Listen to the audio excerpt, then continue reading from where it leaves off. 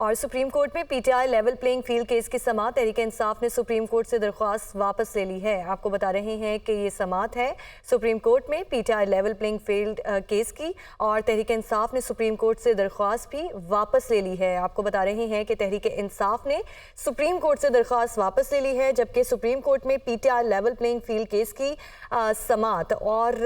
तहरीक इंसाफ ने supreme court से दरख्वास्त भी वापस ले ली है। आपको बता रहे हैं कि सुप्रीम कोर्ट में PTI level playing field case की समाअत और तहरीक इंसाफ ने सुप्रीम कोर्ट से दरख्वास्त भी वापस ले ली है। आपको बता रहे हैं कि ये समाअत होनी थी और तहरीक इंसाफ ने सुप्रीम कोर्ट से दरख्वास्त भी वापस ले ली है। हसीब मलिक हमें इस हवाले से बताएंगे। जी हसीब, क्या डिटेल्स हैं?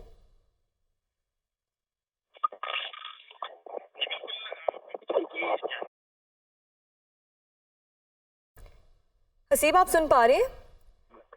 जी बिल्कुल, ये पीटीआई की तरफ से इलेक्शन कमीशन के खिलाफ ताहिर अदालत की दरखास्त दायर की गई थी सुप्रीम कोर्ट के अंदर, जिसकी समाअत होनी थी।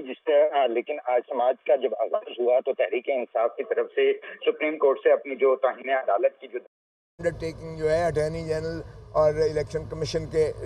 जो वकला थे उन्होंने भी दी थी, जो भी एक फैसले का हिस्सा मुतसबर होता है, तो उसकी चूंकि धज्जियाँ उड़ाई गई वाज़े तौर पर और तज़हीक की गई सुप्रीम कोर्ट के उस फैसले की, जब हमारे उम्मीदवारों को जो है कागजात नामजदगी दाखिल करने से माने किया गया,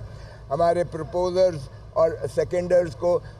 उठा लिया गया, रिटर्निंग ऑफिसर्स के बाहर एक जम्मे गफीर पुलिस का और सफ़ेद पारचात में उनके अपने जो लॉ इन्फोर्सिंग एजेंसीज़ के लोग हुआ करते हैं वो मौजूद होते थे और उनकी रसाई नामुमकिन बना दी, जिसके लिए कई हमारे उम्मीदवारान ने रिटें हाई कोर्ट्स के मुख्तलिफ बेंचेस में सारे पाकिस्तान में की, और जिस वजह से फिर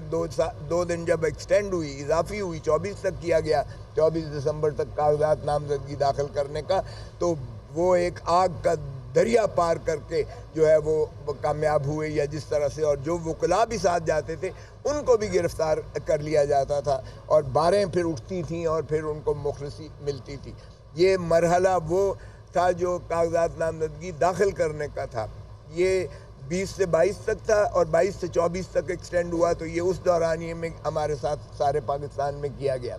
उसके बाद शुरू होता है कागजात नामजदगी की जाँच